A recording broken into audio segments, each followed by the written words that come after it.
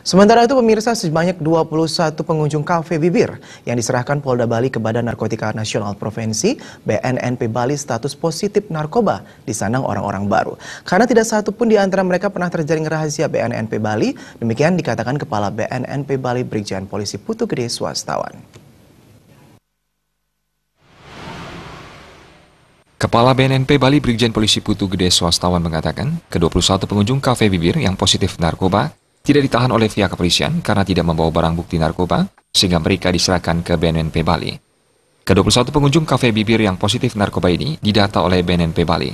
Berdasarkan hasil pendataan, identitas mereka tidak ditemukan di antara 38 orang yang pernah diamankan oleh BNNP Bali dari TKP yang sama sebelumnya. Ke-21 orang ini dapat dikatakan sebagai orang baru dalam penyalahgunaan narkotika. Kafe Bibir itu adalah KP terusan saya katakan, jadi KP yang setelah di tempat-tempat lain yang operasionalnya sampai jam 11. Jadi dia ke KP Bibir. Sifat mereka adalah rekreasional. Tingkat rekreasional ini apabila meningkat, itulah menjadi kecanduan. Ini sudah ambang batas mereka orang-orang ini. Jadi 21 orang ini. Dari hasil operasi, bagaimana dengan kaitan dengan operasi yang di bulan Mei dengan yang sekarang? Ternyata yang di bulan Mei itu lebih banyak sebenarnya yang dilakukan oleh BNN. Jumlahnya itu 57 yang kita operasi, 38 orang yang positif itu.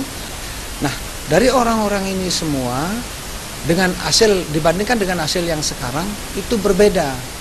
Jadi yang dulu itu tidak hadir lagi ke tempat ini, dia sudah, karena kita sudah rehabilitasi. Tetapi ini adalah orang-orang baru lagi yang melakukan hal-hal yang seperti itu. Jadi artinya perkembangan tempat hiburan malam di Bali ini, setiap kita melakukan operasi, kalau memang jumlahnya 9 sampai 15, pasti antara 4 sampai 8 orang positif menggunakan sabu-sabu. Brigjen Polisi Putu Gede Swastawan menambahkan, kasus yang melibatkan ke-21 pengunjung Kafe Bibir yang positif narkoba akan didalami dan direhabilitasi sesuai dengan tingkat ketergantungan masing-masing. Joka dan Ali Setiawan, Bali TV.